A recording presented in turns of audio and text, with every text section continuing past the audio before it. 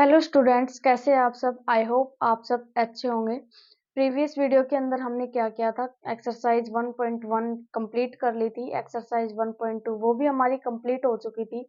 अब हम पढ़ते हैं एक्सरसाइज 1.3 के क्वेश्चंस। देखिए, जो फर्स्ट क्वेश्चन है वो मैं आपको रिपीट नहीं कर रही हूँ, क्योंकि उसके अंदर क्या करना है, आपको डेसिमल के अंदर लिखना है, यानी पॉइंट की डिजिट लिखनी है जो आपके होती है। यानी जैसे अगर मैं लिख दूँ 1/100 और इसको पॉइंट में किस तरीके से लिखना है, तो आपको क्या करना है, 2 डिजिट छोड़ के क्या लगा देना है, पॉइंट, जो आपको पता है। यानी डिवाइड करके भी डेसिमल के अंदर कन्वर्ट कर सकते हैं।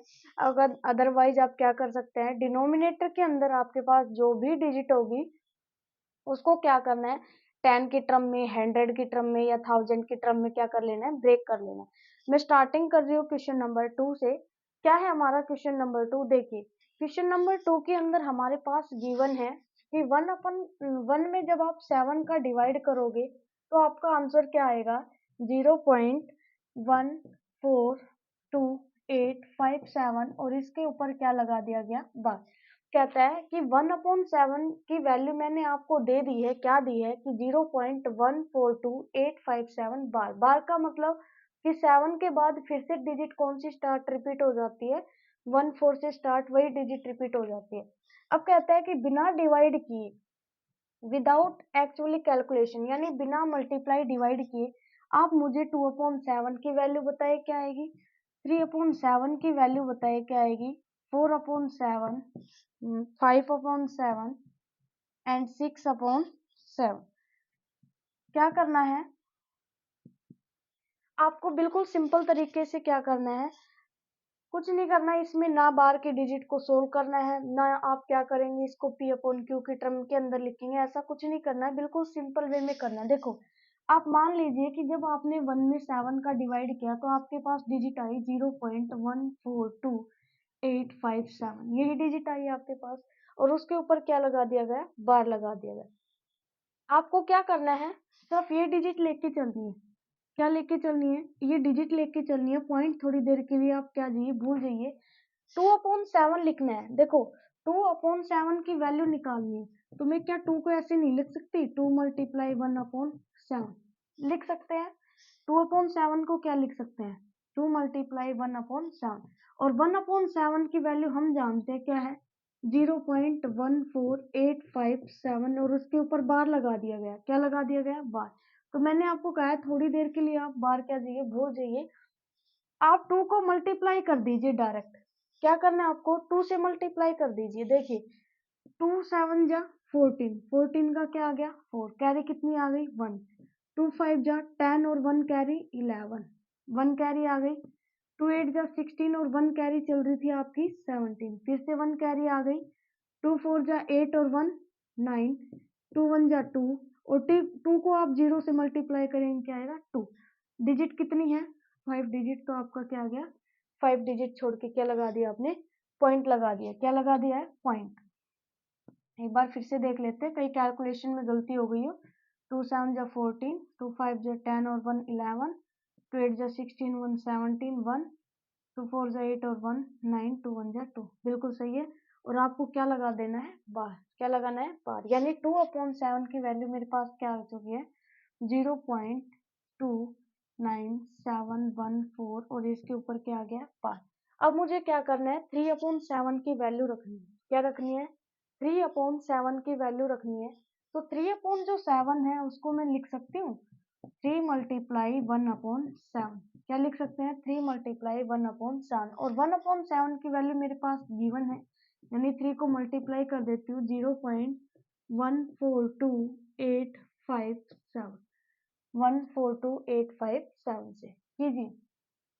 आप 3 को 7 से मल्टीप्लाई करेंगे, 3 7 जा 21, 2 कैरी आ गई, 3 5 जा 15 और 2 17, 17 का 7 कैरी 1, 3 8 जा 24 और 1 25, यानी कैरी कितनी आ गई, 2, 3 2 जा 6 और 2 8, 3 4 जा 12, 12 का 2 कैरी 1, 3 1 जा 3 और 1 4, और यहाँ पे क्या आ गया आपका, पॉइंट। क्या आ गया, पॉइंट आ गया। यानी डिजिट आपकी क्या स्टार्ट हो गई है, 2428571। इस क्वेश्चन में मुझे डाउट लग रहा है, एक बार मल्टीप्लाई करके देखते हैं।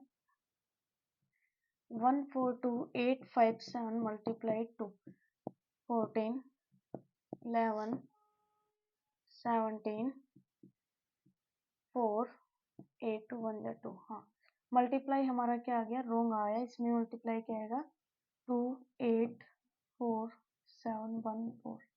देखिए 2 से मल्टीप्लाई करना था हमें, 142,857 तो 2 7 जा 14, 1 कैरी, 2 5 जा 10 और 1 11, 1 कैरी, 2 8 जा 16 और 1 17, 1 कैरी, 2 2 जा 4 और 1 5। क्या गया, 4 और 1 5, 2 4 जा 8 एंड 2 1 जा 2। तो डिजिट क्या आई, 2857, 285714, जिसके ऊपर क्या लगा देना, बार। आपने 3/7 के डिजिट सोल्व कर लिए, क्या आया, 0.428571 और इसके ऊपर क्या लगा दिया गया, बार।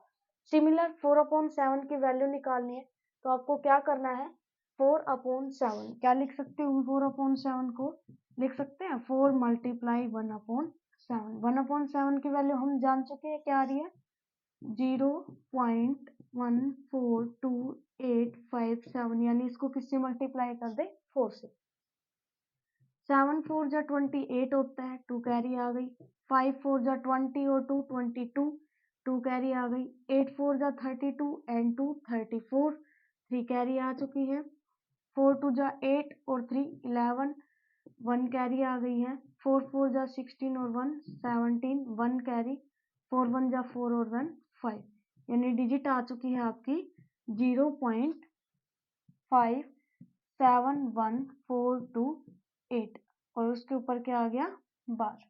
यही डिजिट बार बार देखो, क्वेश्चन में अगर मिस्टेक लगती है आपको तो आप देख लीजिए, 412857 डिजिट है, तो यानी यही डिजिट मेरी रिपीट होंगी। ये बार आ रहा है यानी यही डिजिट रिपीट होगी, इनके अलावा कोई भी डिजिट आते हैं तो इसका मतलब हमारा मल्टीप्लाई कहीं ना कहीं क्या है, रॉन्ग है।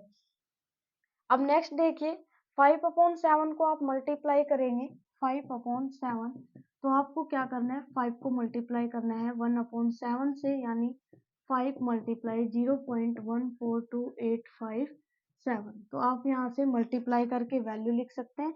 सिमिलर आप क्या कर सकते हैं, 6/7 के भी फाइंड आउट कर सकते हैं। ये आपका क्वेश्चन नंबर 2 जो इस तरीके से क्या होगा, सोल्व होगा। आसानी होती है इस क्वेश्चन, ऐसे क्वेश्चंस को करने के लिए, तो जितना हो सके आप क्वेश्चन को शॉर्ट, जितना हो सके इजी वे में बनाने की कोशिश करें, क्वेश्चंस को ज्यादा हार्ड न समझे। अब देखिए जो आपका क्वेश्चन नंबर 3 है वो क्या कहता है। क्वेश्चन 3 जब मैंने आपको बेसिक सिखाया था तो मुझे लगता है कि मैंने ये जो क्वेश्चन है P/Q की फॉर्म में लिखने जो सिखाए थे वो बहुत अच्छे से सिखाए थे। फिर भी हम क्वेश्चन कर लेते हैं। देखिए कहते हैं express the following in the form of P/Q। 0.6 बार को P/Q की फॉर्म में लिखना है। सेकंड कह रहा है 0.47 बार, इसको आप P/Q की फॉर्म में लिखिए। एंड थर्ड कह रहा है कि डिजिट आ जाए 0.001 बार, इसको आप P/Q की फॉर्म में कैसे लिखेंगे। कुछ नहीं करना, बहुत सिंपल तरीके से सोल्व करना है। सबसे पहले आपको जो भी डिजिट दी गई है उसको x के इक्वल मानना है। x इक्वल्स टू क्या हो जाएगा, 0.6 बार, लिख लिया। फिर बार कितनी डिजिट के ऊपर बार है वो देख लीजिए। बार का मतलब यही डिजिट बार बार रिपीट हो रही है, लिख दी हमने, यही डिजिट बार बार क्या हो रही है, रिपीट हो रही है। अब आपको क्या करना है, सबसे पहला पॉइंट क्या देखना है कि पॉइंट के जस्ट बाद डिजिट के ऊपर बार आ रहा है या पॉइंट के बाद जो डिजिट है, एक डिजिट छोड़ के या 2 डिजिट छोड़ के तब बार आ रहा है। अगर पॉइंट के जस्ट बाद बार आता है तो आप कैसे सोल्व करेंगे। देखो पॉइंट के जस्ट बाद बार आया, पहचान लिया आपने। कितने डिजिट के ऊपर बार है, एक डिजिट के ऊपर। एक के ऊपर बार आ रहा है तो आप दोनों साइड 10 से मल्टीप्लाई कर दीजिए। 2 डिजिट के ऊपर बार आ रहा है तो दोनों साइड 100 से। 3 डिजिट के ऊपर बार है तो दोनों साइड 1000 से। देखो फर्स्ट क्वेश्चन और जो लास्ट क्वेश्चन है आपका एज इट इज लेके चल रही हूँ दोनों साइड। मैंने कहा था आप सबसे पहले ये देख लीजिए कितने डिजिट के ऊपर बार आ रहा है, यानी 0.1001 और यही आती जाए। आपने देखा एक डिजिट के ऊपर बार है तो आप दोनों साइड कितने से मल्टीप्लाई कर दीजिए, 10 से। इसको भी आपने कितने से कर दिया, 10 से मल्टीप्लाई कर दिया, क्योंकि एक ही डिजिट के ऊपर बार था। इसमें देखा पॉइंट के जस्ट बाद बार शुरू हो जाता है और कितनी डिजिट के ऊपर आ रहा है, 3 डिजिट के ऊपर बार आ रहा है, तो मैं 1000 से क्या कर देती हूँ, मल्टीप्लाई। 4 के ऊपर बार आ रहा है तो 10,000 से मल्टीप्लाई कर दीजिए, यानी जितनी डिजिट के ऊपर बार है ना उतनी आप जीरो बढ़ा दीजिए। कर दिया आपने यहाँ तक। अब देखिए 10 को आप x से मल्टीप्लाई करेंगे, क्या आ गया 10x। एक डिजिट छोड़ के बाहर लगाया है तो आपने एक यानी 10 से मल्टीप्लाई किया है तो सिर्फ एक ही डिजिट क्या आएगी, पॉइंट के लेफ्ट हैंड साइड आएगी, यानी ओनली क्या आएगा, सिर्फ एक ही 6 आएगा, बाकी सारे 6 एज इट इज चलते जाएंगे इस तरीके से। सिमिलर इसमें 1000 को आप x से मल्टीप्लाई करेंगे तो क्या आ गया 1000x। 3 डिजिट के ऊपर आपने 3 डिजिट के ऊपर बार था और आपने 1000 से मल्टीप्लाई किया तो सिर्फ 3 डिजिट ही लेफ्ट हैंड साइड आएगी, यानी ओनली 001। एक ओनली 001 तो बहुत सारे आ रहे हैं, यानी बार का मतलब बहुत सारे आ रहे हैं, नॉन टर्मिनेटिंग है, लेकिन सिर्फ एक ही आएगा, बाकी तो सारे एज इट इज चलते जाएंगे। सिर्फ एक ही लेफ्ट साइड आएगा, यानी 001, क्योंकि 3 के ऊपर 1000 से मल्टीप्लाई किया था तो सिर्फ 3 डिजिट का पॉइंट लेफ्ट हैंड साइड आ जाएगा। फिर आपको क्या करनी है, इक्वेशन माननी है। ये इक्वेशन से सबसे पहले मानी थी इसको फर्स्ट इक्वेशन, इसको आपने मान लिया फर्स्ट इक्वेशन, यानी जो आपने x माना था। सेकंड इक्वेशन कौन सी माननी है, जो आप मल्टीप्लाई कर दोगे बाद में, तो ये आपकी इक्वेशन होगी कौन सी, सेकंड इक्वेशन होगी। अब आपको क्या करना है, सब्ट्रैक्ट करना है। किस में से किसको करोगे, सेकंड इक्वेशन में से फर्स्ट इक्वेशन को।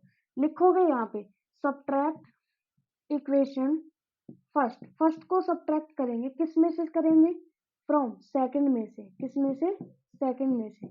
सिमिलर यहाँ पे सब्ट्रैक्ट करेंगे इक्वेशन फर्स्ट को किस में से, फ्रॉम सेकंड में से। क्लियर है यहाँ तक। अब देखिए 10x एक x, यानी 10 में से एक चला गया, कितने बचे 9x बचे।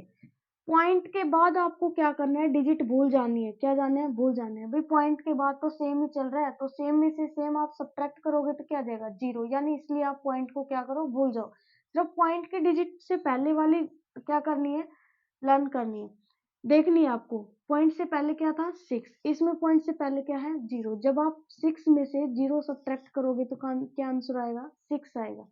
इधर देख लीजिए 1000x में से एक x चला गया, यानी 999x बचे, कितने बचे 999x। अब इधर देखिए मैंने कहा था पॉइंट के बाद आप डिजिट भूल जाओ, यानी पॉइंट के बाद तो सेम डिजिट चलती है, तो सेम में से जब आप सेम सब्ट्रैक्ट करोगे तो आंसर क्या आएगा, 0। क्या बचा 001 में से आप 0 सब्ट्रैक्ट करोगे तो क्या बचेगा, 001 ही बचेगा। क्लियर है।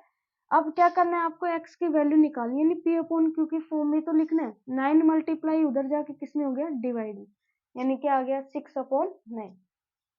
इधर आपको x की वैल्यू फाइंड आउट करनी है, तो क्या आ गया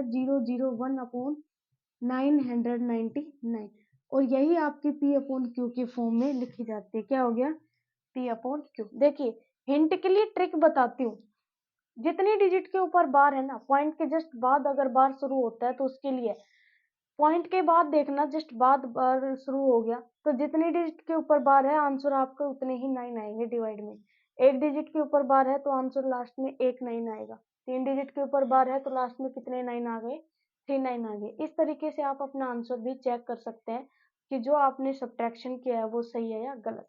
अब क्या आता है, मेन आता है कि मान लीजिए पॉइंट के बाद बार शुरू नहीं होता और एक दो डिजिट छोड़ के बार शुरू होते हैं, तो उसका क्या करना है, सिंपल यही करना है।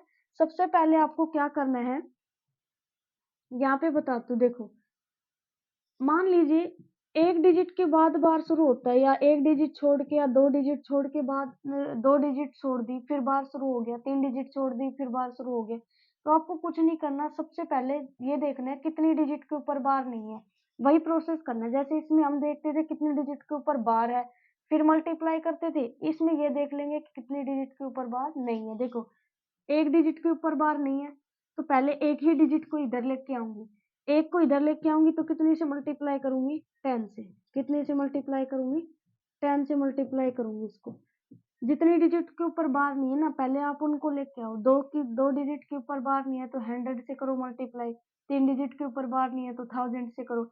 बार की डिजिट एज इट इज छोड़ दो राइट हैंड साइड, लेके आए, क्या हो गया 10x। इसको तो मल्टीप्लाई किया तो ये क्या हो गया एक डिजिट, यानी सिर्फ एक ही डिजिट के ऊपर बार नहीं, इसलिए 10 से किया तो एक ही डिजिट आएगी ना इधर लेफ्ट हैंड साइड, बाकी 7 तो एज इट इज रहेगा उधर। अब आपको क्या करना है, देखो कुछ बच्चे क्या होते हैं, कंफ्यूज हो जाते हैं इस इन सब्ट्रैक्शन के अंदर, कंफ्यूज होते हैं। कंफ्यूज नहीं होना है इसमें, आप पहले यही इक्वेशन मान के चलते थे, फिर डायरेक्ट सब्ट्रैक्ट कर देते।